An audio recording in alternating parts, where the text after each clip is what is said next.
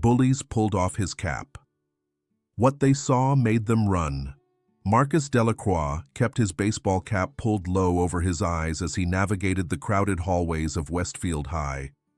The worn navy cap had become his shield, his armor against the world that seemed determined to notice everything about him that made him different.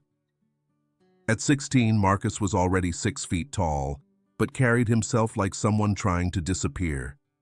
His shoulders hunched forward, his dark eyes fixed on the scuffed linoleum beneath his feet, counting steps between classes. The scars weren't visible when he kept his head down. That's how he liked it. Westfield High was a sprawling brick fortress that housed nearly 2,000 students, and Marcus had been invisible among them for 3 months now.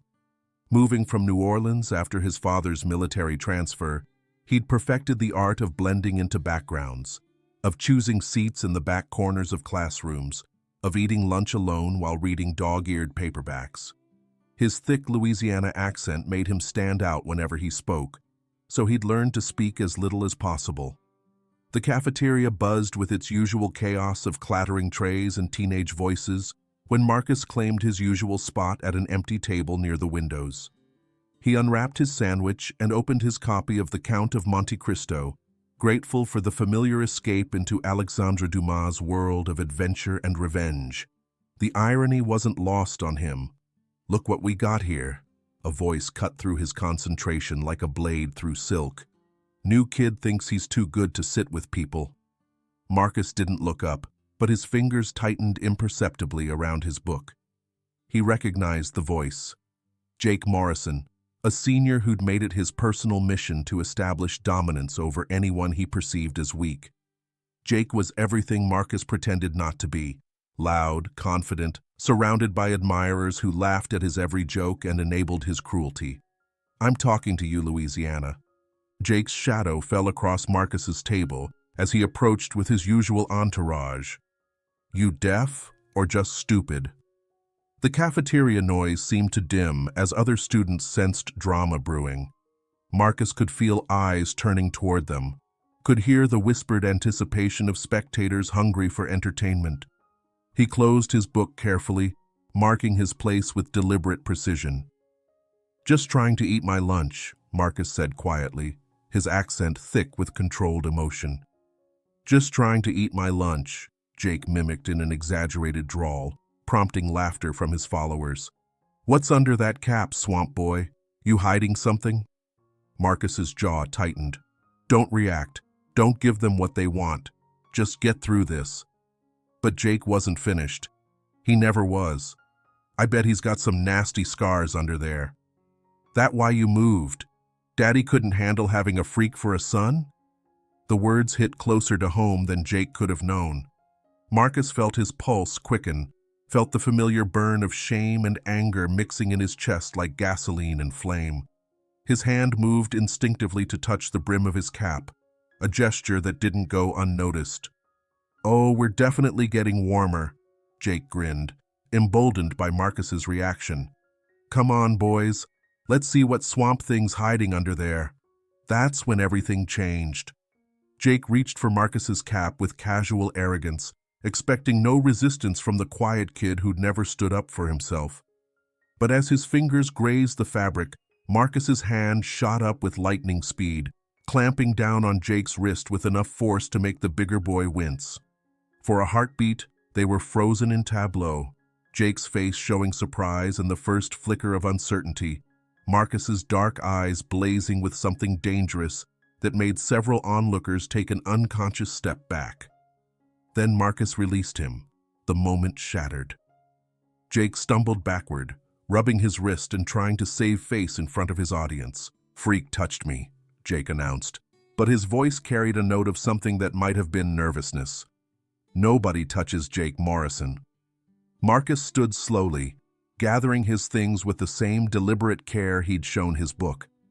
"I just want to be left alone," he said, his voice carrying a weight that seemed to settle over the cafeteria like a heavy blanket. "Well, too bad," Jake shot back, his confidence returning as his friends rallied around him. "You're in my school now, swamp boy. My rules." Marcus walked away without another word, but Jake's voice followed him across the cafeteria. "This isn't over, Louisiana, not by a long shot." The pattern was established. Over the next 2 weeks, Jake and his crew, primarily his Lieutenant Derek Walsh and the perpetually grinning Tommy Chen, made Marcus's life a study in calculated misery.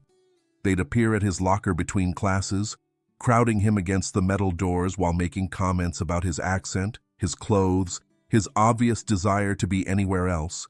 They'd knock his books from his hands in the hallways, always with plausible deniability. "Oops, didn't see you there, swamp boy." In gym class, Marcus endured Derek's accidental elbows during basketball and Tommy's creative interpretations of fair play during dodgeball. Coach Reynolds, a man who seemed to believe that teenage cruelty built character, rarely intervened unless blood was drawn.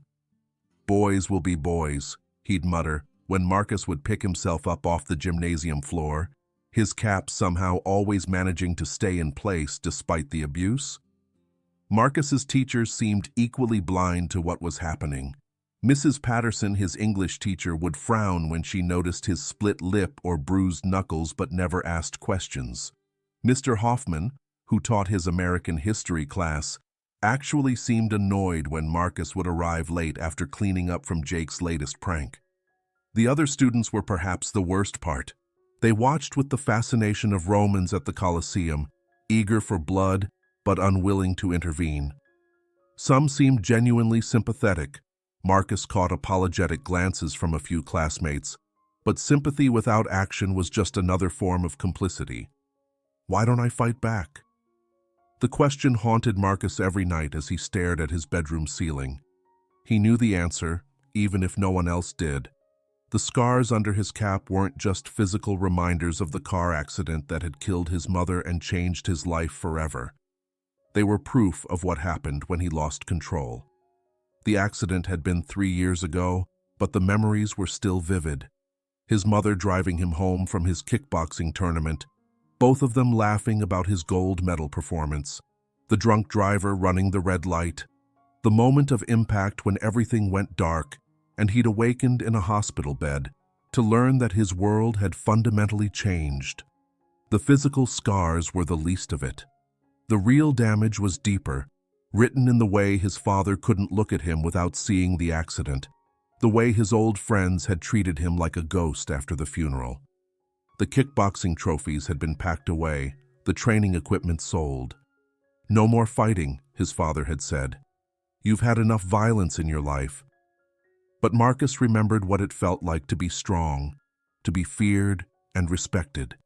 He remembered the fluid power of perfectly executed combinations, the satisfaction of an opponent hitting the mat. Most of all, he remembered the control, the ability to choose when to unleash that power and when to hold back. That's what terrified him. Not Jake's fists or Derek's taunts or Tommy's cruel laughter. The thing that kept him awake at night was the knowledge that if he ever let himself fight back, he might not be able to stop. The breaking point came on a Tuesday that started like any other. Marcus had managed to avoid Jake's crew during lunch by hiding in the library, but they were waiting for him at his locker after 7th period. The hallway was crowded with students heading to final classes or rushing to catch buses, perfect cover for what Jake had planned. "There's our favorite swamp rat," Jake announced as Marcus approached his locker. "We've been talking, and we think it's time you learned some respect." Marcus tried to move past them, but Derek stepped into his path while Tommy flanked his other side. The three of them had perfected this dance over the past weeks, just enough intimidation to rattle him without crossing lines that might bring adult intervention. "I don't want any trouble," Marcus said, his voice steady despite the familiar spike of adrenaline. "Too bad trouble wants you," Jake replied, and without warning, he reached out and snatched Marcus's cap from his head. The hallway seemed to freeze. Students stopped mid-conversation, their eyes drawn to the scene unfolding near locker 247. Marcus felt the cool air against his scalp, felt the weight of dozens of stares taking in what he'd hidden for months.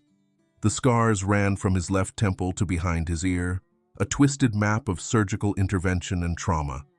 The hair had never grown back properly, leaving patches of smooth skin that caught the fluorescent lighting. But it wasn't just the physical disfigurement that made students gasp and step back.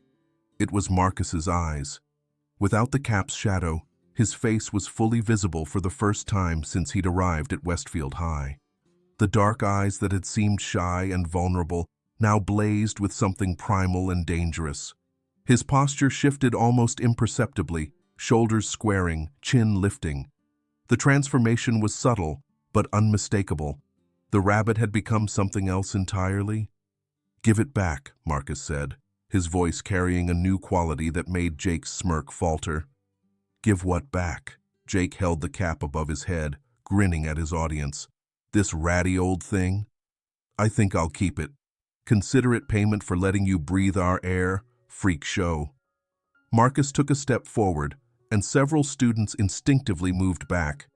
"I'm not asking again." Jake's grin widened, but there was something forced about it now. "What are you gonna do, Scarface? You gonna cry? Maybe call your daddy?" "Hey, Jake," Derek whispered urgently, tugging at his friend's sleeve. "Maybe we should—" "Shut up," Jake snapped, not taking his eyes off Marcus. "Swamp Boy's finally gonna show us what he's made of." That's when Jake made his fatal mistake. Instead of just holding the cap, he threw it to the ground and stepped on it, grinding it under his heel while maintaining eye contact with Marcus. "Oops," he said with theatrical innocence. "Accidents happen." Something shifted in Marcus's expression. A door closing, a switch being flipped. The last vestige of the shy, hunched boy who'd been trying to disappear for 3 months simply evaporated. "You shouldn't have done that," Marcus said quietly, and every student within earshot felt their spine tingle with recognition of real threat. Jake, still playing to his audience, spread his arms wide in mock invitation. "What are you gonna do about it, freak? Hit me? I'd love to see you try." Marcus bent down and picked up his cap with deliberate care, brushing off the dirt and examining the damage. A small tear in the fabric where Jake's heel had caught it. 3 months of careful positioning, of hiding, of trying to blend in, all destroyed in a moment of casual cruelty. When he straightened up, Marcus's transformation was complete. The shy new kid was gone, replaced by something altogether more dangerous. "You want to see what I can do?" Marcus asked, his Louisiana accent now sounding less like vulnerability and more like a promise. "Really?" Jake opened his mouth to respond, but Marcus moved. The first punch came so fast that Jake barely saw it coming. Marcus's fist connected with the bigger boy's solar plexus with surgical precision, doubling him over and driving all the air from his lungs. As Jake gasped and wheezed, Marcus grabbed him by the shoulders and brought his knee up to meet Jake's descending face. The sound of cartilage breaking echoed through the hallway. Derek rushed forward to help his friend, but Marcus had already spun to face him. Derek threw a wild haymaker that Marcus ducked easily, responding with a perfectly timed uppercut that lifted Derek off his feet. The boy crashed into a bank of lockers and slid to the floor, dazed and bloody. Tommy, seeing his friends crumpled and broken, tried to run. Marcus caught him by the back of his shirt and spun him around, holding him at arm's length while Tommy swung ineffectually at empty air. "Please," Tommy whimpered, all his earlier bravado evaporated. I'm sorry." Marcus looked at him for a long moment, his dark eyes cold and calculating. Then he shoved Tommy backward into the lockers, not hard enough to seriously injure, but with enough force to make the metal ring like a bell. "Stay down," Marcus advised, and Tommy was happy to comply. The entire confrontation had lasted less than 30 seconds. Jake was on his hands and knees, blood pouring from his broken nose and mixing with his tears. Derek was unconscious against the lockers, a purple bruise already forming on his jaw. Tommy cowered against the wall, no longer the grinning sidekick but just another scared teenager who'd learned the difference between picking on someone and fighting someone. The hallway was dead silent except for Jake's labored breathing and the distant sound of a teacher's voice calling for security. Marcus stood in the center of it all, barely breathing hard, his cap clutched in his hand. 3 years, he said, his voice carrying clearly in the silence. 3 years of my father telling me that violence doesn't solve anything, that fighting makes you no better than the animals. He looked down at Jake, who was trying to push himself to his feet with shaking arms. You know what I think? Marcus continued, his accent now sounding proud rather than shameful. I think sometimes you have to speak a language bullies understand. Jake managed to raise his head, blood still streaming from his nose, his eyes already beginning to swell. You're crazy. Marcus crouched down so he was at eye level with the boy who had tormented him for weeks. No, he said softly, I'm just done being your victim. He stood up and looked around at the circle of students who had witnessed his transformation. Their faces showed a mixture of shock, fear, and something that might have been respect. Anyone else want to test the swamp boy? Marcus asked, his voice carrying just enough menace to make several students take another step back. No one answered. Marcus put his cap back on his head, carefully positioning it to cover his scars once again. But something had changed. He no longer hunched his shoulders or kept his eyes downcast. The shy posture was gone, replaced by the confident bearing of someone who knew exactly what he was capable of. By the time Vice Principal Morrison arrived, Jake's uncle, which explained some of the boy's previous immunity from consequences, Marcus was leaning casually against his locker, looking for all the world like an innocent bystander. What happened here? The older Morrison demanded, looking at his nephew's bloody face with obvious concern. I fell, Jake mumbled through his broken nose, not meeting Marcus's eyes. Just fell down some stairs. Derek, who had regained consciousness but not yet his courage, nodded vigorously in agreement. Yeah, just an accident. Vice Principal Morrison looked skeptical, his eyes moving between the 3 injured boys and Marcus's suspiciously calm demeanor. But without witnesses willing to contradict the accident story, and with Marcus showing no signs of having been in a fight, there was little he could do. Get to the nurse's office, he told his nephew. All 3 of you. As the defeated bullies limped away, helped by friends who now looked at them with mixture of pity and disappointment, Marcus gathered his books and headed to his final class of the day. The hallway slowly returned to normal, but the whispers followed him wherever he went. The change was immediate and dramatic. By the next morning, everyone at Westfield High knew what had happened in the hallway near Locker 247. The story grew in the telling. Marcus had taken on 5 guys, 10 guys, the entire football team. The truth was impressive enough, but teenagers have never been satisfied with simple facts when legend is available. Marcus found his locker surrounded by students who had previously ignored him. Some wanted to be his friend, drawn to his newfound reputation for danger. Others simply wanted to stare, to see if they could spot the predator hiding behind the quiet facade. That was incredible, gushed Sandra Mitchell, a junior who had never spoken to him before. Jake Morrison thinks he runs this school and you just... Wow. Marcus managed a small smile but didn't encourage the conversation. He wasn't interested in becoming the school's new alpha male or collecting admirers drawn to his capacity for violence. He just wanted what he'd always wanted, to be left alone.